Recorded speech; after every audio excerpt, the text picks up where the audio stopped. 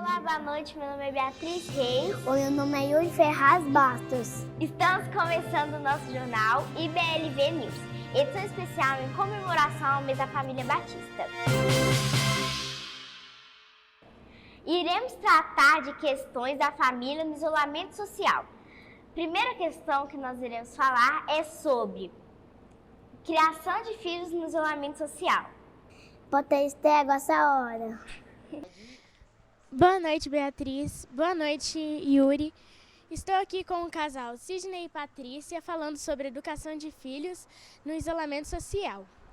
Vamos para as perguntas. Como tem sido a experiência de vocês com os filhos durante o isolamento social? Bom, a experiência está sendo única, né? Porque nós nunca vivemos um momento como esse, em isolamento total, né? Principalmente com 2 crianças em casa todo o tempo, né? Durante, assim, já tem mais de 2 meses, né, que estamos em isolamento. Então, assim, não tem sido fácil, né? Não tem sido, assim, uma experiência que eu posso dizer, assim, maravilhosa. Mas eu creio que com o Senhor, né, a gente vai caminhando e as coisas vão se adequando todos os dias. Então, a gente sempre procura manter uma rotina com eles, né? Para que não fique com o tempo muito ocioso, certo? Porque quando a gente tira férias, né, nós estamos de férias, a gente programa alguma coisa com as crianças, então eles podem sair para parques, cinemas, né? Então sempre tem atividades, né, diferentes do dia a dia. Mas durante o isolamento social, né, a gente não pode fazer nada disso. Então realmente é complicadíssimo, né? Eles sentem falta dos amigos, sentem falta da escola, né? Então, a gente tenta, da melhor forma possível, né, nos organizar em casa como família, né, com muita calma, tranquilidade, para que a gente possa, né, caminhar e levar os dias, né, de uma forma mais saudável. Acho que seria isso. Segue nessas perguntas. Como criar uma rotina com os filhos durante a quarentena? Bem, como minha esposa já disse, né, é algo assim novo, inusitado, mas de algo ruim, se podemos pensar ou dizer assim, podemos tirar algo bom desse acontecimento, dessa pandemia toda aí que aflige as nossas famílias, o mundo todo. Então é o seguinte, nós temos que reinventar, né? Porque é algo novo, é uma experiência nova para todos nós, principalmente para aqueles que têm filho. Porque imagine você trancafiado dentro de uma casa, que inicialmente seria alguns dias, aí já está se estendendo a quase, tem mais de 2 meses, eu acho que vai se estender até mais do que isso. Imagine você recriar tudo isso, montar novas rotinas, mas assim, nós temos tentado replicar, para não deixar ficar muito perdido, dar espaço muito de tempo, porque nós não sabemos ainda quando vai voltar as escolas, né, as aulas normais, mas nós temos tentado trazer para a nossa casa nossos filhos, o Enzo, por exemplo, que é o mais velho, que já está estudando, e que já tenham a prática em matemática, em português, ciências e tal, biologia, nós temos tentado replicar em nossas casas, junto a ele, e essas atividades escolares, né? Para que ele não fique com o tempo ocioso, para que ele também não se distancie demais daquilo que ele estava aprendendo na sala de aula, né?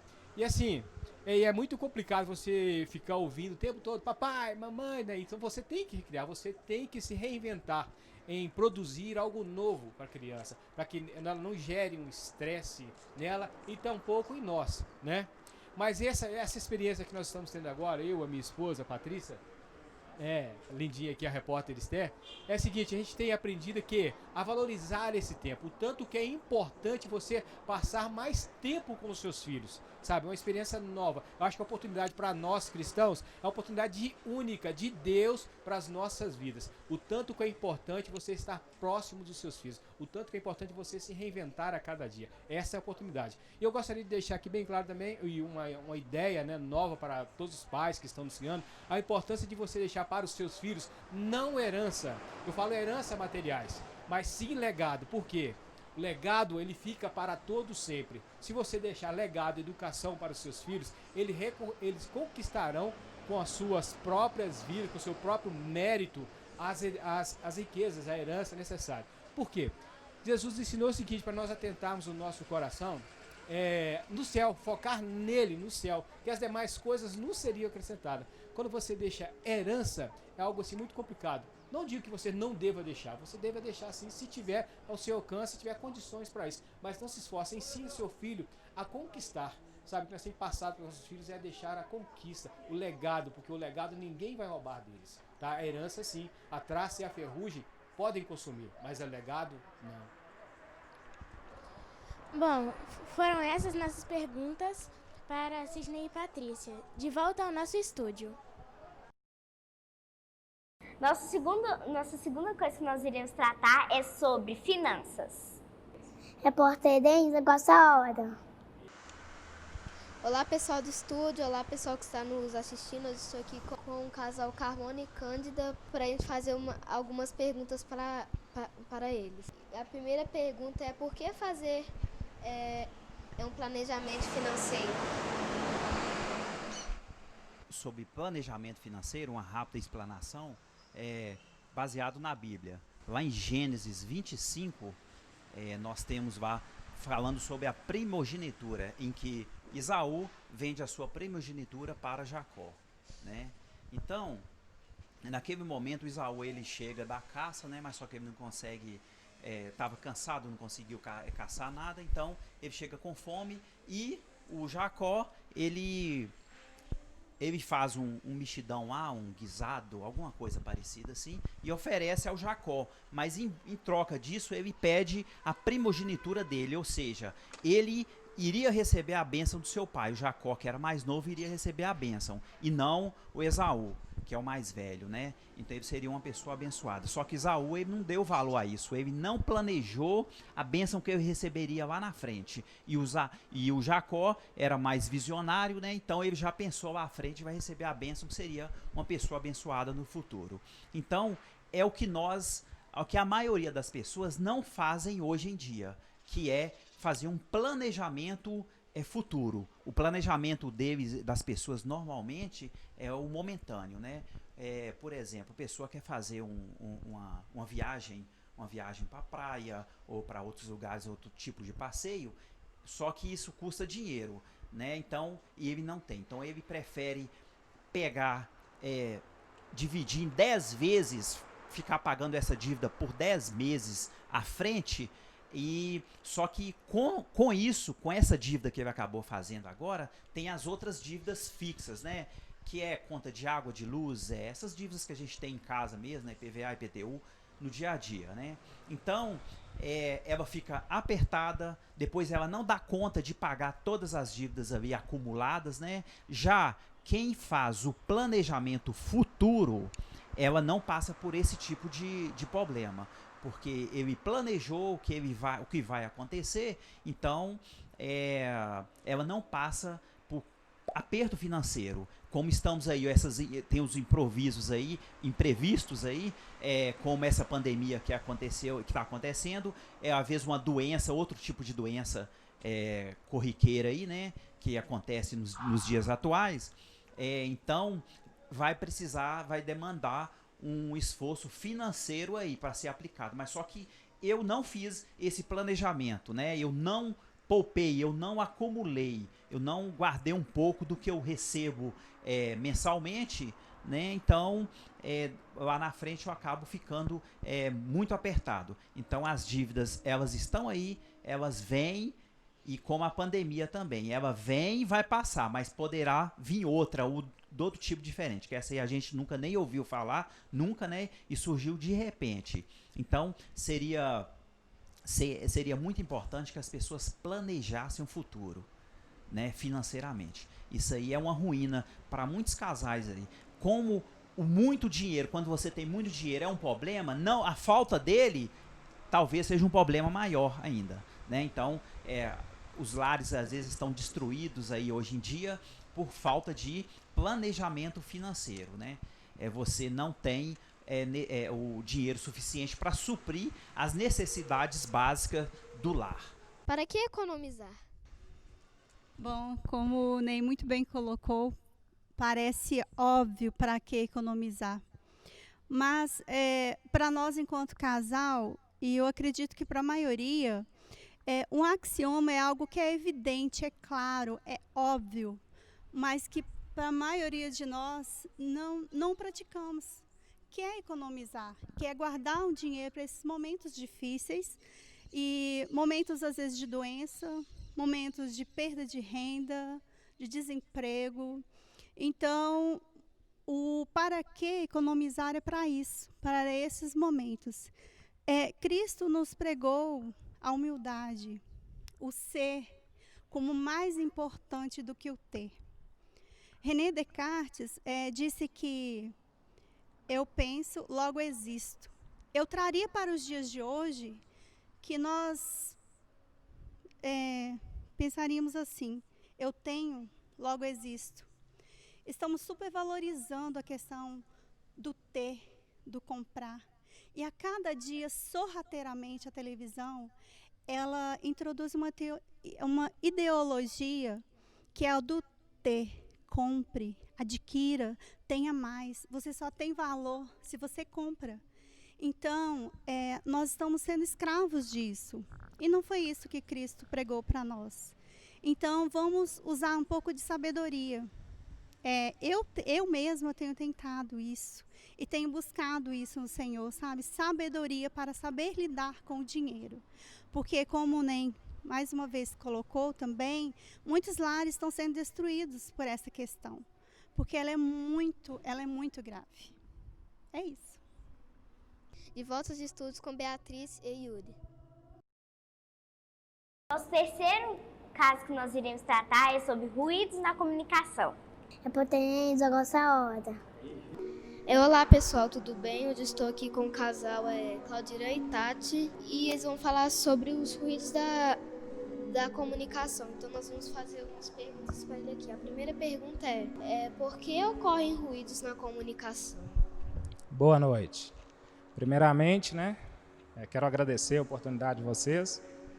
Bom, os ruídos ocorrem quando a mensagem não é transmitida de forma clara, O emissor, aquele que envia a mensagem, o receptor, para aquele a qual o conteúdo da mensagem é transmitido, Então, de forma clara, para que o ruído ele não venha acontecer, Então precisa ser observado algumas situações que fazem com que essa mensagem ela venha a ser transmitida e alcançado o objetivo pela qual ela foi proposto, tá certo? Então, assim, questão da incompreensão são situações que a falta de disposição, muitas vezes, que a gente encontra na pessoa para estar ouvindo a mensagem que está sendo transmitida, então é um fator também que prejudica a mensagem para que ela chegue de forma clara, A falta de aceitação do indivíduo, Ou seja, cada indivíduo é um ser único e precisa ser aceito como tal, Autoritarismo também, O autoritário, muitas vezes, ele tem muita facilidade para falar, mas pouca disposição para ouvir. Então, esse também é um outro fator que atrapalha muito a questão da mensagem para que ela chegue de forma clara.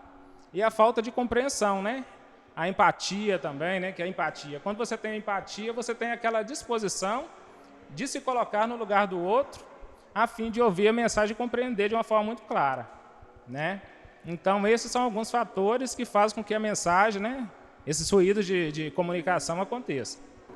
Como nós podemos evitar os ruídos? Boa noite a todos.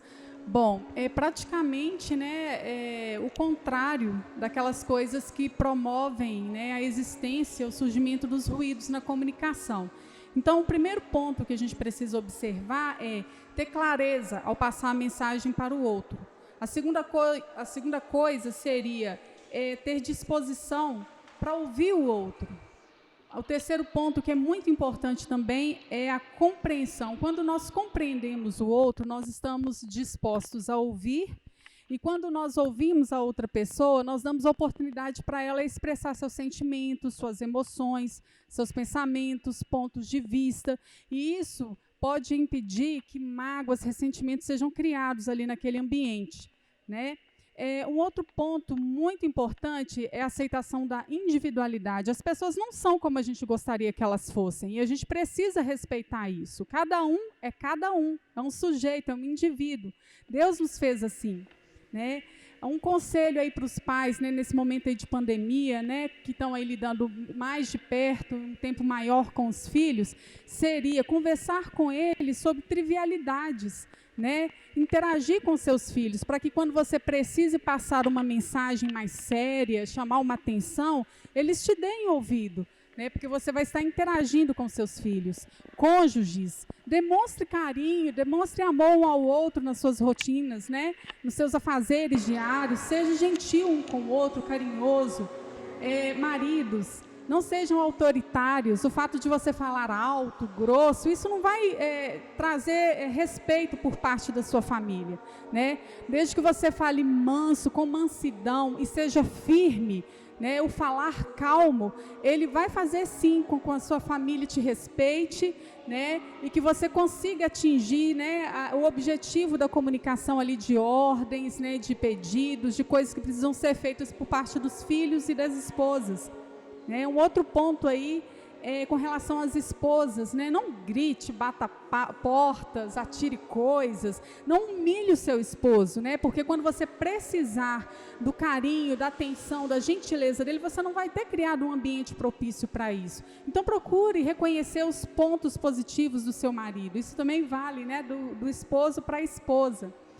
Uma outra coisa que a gente pode falar é com relação à nossa intimidade com Deus, o nosso relacionamento com Deus. Quando a gente fala de uma comunicação sem ruídos, em primeiro lugar, a gente precisa restaurar a nossa comunicação com Deus, né? Ter mais intimidade com Deus e trazer isso para o nosso seio familiar. Então, faça culto domésticos, faça devocionais junto com a sua família, né? A intimidade com Deus é sobretudo o mais importante, que nos capacita a ter essas posturas, né, como foi falado anteriormente, que vão impedir que os ruídos na comunicação eles aconteçam, ok? Qual tem sido a experiência de vocês neste período? Bom, o isolamento social, a gente tem tentado ressignificar, né? A gente tem visto como uma oportunidade, né, que o Senhor tem nos dado de, primeira coisa, identificar os ruídos na nossa comunicação. O que estava acontecendo, né, naquela rotina que nós estávamos, naquele estresse, que estava provocando ruídos na nossa comunicação. Então, de fato, a gente tem identificado esses ruídos e temos também tido a oportunidade de virar essa situação, né? Oportunidade de ter uma comunicação efetiva, né, entre nós, entre mim e meu esposo, entre nós e a nossa filha, e principalmente, né, acabar com os ruídos na nossa comunicação com Deus, né? Então nós temos nos voltado mais para a palavra, nós temos valorizado mais a questão da devocional juntos, temos estudado a palavra juntos e tem sido bênção demais. Quer falar alguma coisa, amor? Gostaria neste momento também, né, de deixar uma palavra que fala em 1 Timóteo 6,18, que façam bem, enriqueçam em boas obras, repartam de boa mente e sejam comunicáveis. Então esse é o conselho que nós como casal gostaria de deixar para vocês. E agradecemos a oportunidade. Um grande abraço. Então foi isso, obrigado por nos assistir. Agora de volta nos nossos estudos. Obrigada, Enzo. Repórter Enzo, muito obrigada por sua participação. Nosso próximo tema que nós iremos tratar é sobre tempo de qualidade no isolamento social. Vocês têm essa hora. Boa noite, pessoal do estúdio. Estou aqui com mais um casal, Antônio Jorge e Cristiane. E eles vão falar agora de tempo de qualidade no isolamento. Vamos para as perguntas. O que fazer para não deixar que o excesso de tempo livre se torne perigoso para a convivência? Boa noite. Primeiramente, obrigada pela oportunidade. É algo que a gente tem que ficar muito atento, né? Essa questão de o excesso de tempo. Antes a gente questionava muito, né, a falta do tempo, era muito corrido, muito trabalho, muito tempo fora de casa. E hoje em dia nós temos que nos preocupar e atentar para esse excesso de tempo livre, né? É muito importante que a gente estabeleça algumas metas, algumas rotinas, para que a gente não comece a ver só defeito no outro, para que a gente não perca tempo se estressando, só vendo reportagem, vendo matérias.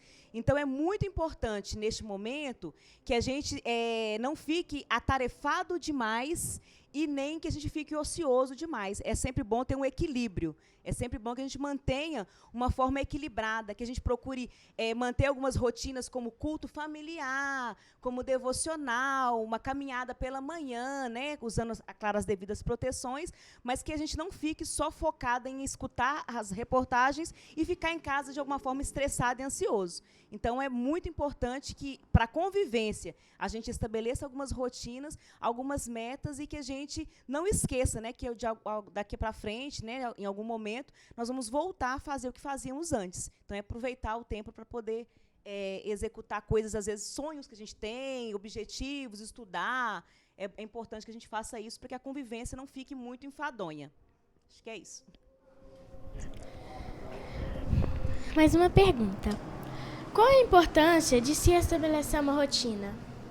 Quando se fala de rotina, já se torna uma coisa de um fardo pesado. Mas quando você planeja, vai dar tudo certo. E você colocar ali o amor, né? Você começa a ter um entendimento diferente. E a partir do momento que você planeja, você vai edificar e com êxito e com eficiência. E vai ser prazeroso, em vez de ser um sacrifício, se torna ser prazeroso. Eu acho também que é importante nessa questão de rotina, é nada mais do que uma organização melhor do seu tempo, né? Quando você tem pouco tempo, fica um fardo, mas hoje em dia que a gente está com tempo em excesso, né, a rotina nada mais do que organizar o seu tempo de maneira que você consiga fazer tudo aquilo que você precisa, ter tempo para o descanso e ter tempo para poder ter convivência e comunhão com aqueles que estão perto de você. Mais uma pergunta também. Qual tem sido a experiência de vocês nesse período? Olha, eu confesso que no início a nossa experiência foi um pouco difícil, né? Nós ficamos, eu particularmente fiquei muito estressada, eu fiquei muito, às vezes em alguns momentos eu fiquei depressiva, porque eu estava muito focada em saber o que ia acontecer para frente, com muita preocupação e tal. Mas, com o tempo, eu fui vendo a importância de estabelecer algumas rotinas, né? Eu consigo fazer meu trabalho home office hoje, que eu estou trabalhando dessa forma, consigo ensinar minha filha com os estudos dela, consigo fazer as tarefas de casa. Então, fui assim, organizando o nosso tempo, estabelecendo algumas rotinas. Hoje já tem ficado melhor. Nós já temos o nosso dia do culto da família, nós temos o dia em que nós fazemos o discipulado aqui online na igreja, assistimos os cultos. Então, a partir do momento que nós conseguimos organizar o nosso tempo, a nossa experiência ficou muito melhor, né? Nós conseguimos ter um tempo para brincar, um tempo de qualidade com as nossas filhas, um tempo com a família, ainda que seja de forma online ou virtual, mas hoje em dia tem ficado mais fácil, porque nós buscamos a Deus e estabelecemos uma organização melhor do nosso tempo. E também eu vejo que se torna prazeroso. Você está do lado da família, compartilhando tudo que você está fazendo, né? Aprendendo também, educando. E isso se torna prazeroso, estar diante da sua família, ali em organização e em amor. Eu creio que, para mim, está sendo uma experiência excelente. E está me trazendo muita alegria e conhecimento. Então, foi essas as perguntas. Espero que vocês tenham aprendido com esses casais. E foi isso. De volta ao nosso estúdio. Muito obrigada pela sua participação, repórter Esther, no nosso jornal. Eu queria agradecer, né, por tudo e que Deus abençoe todas as famílias, Deus possa continuar livrando vocês do mal e que Deus possa estar com todas as famílias que estão nos escutando agora. Boa noite a todos. Boa noite.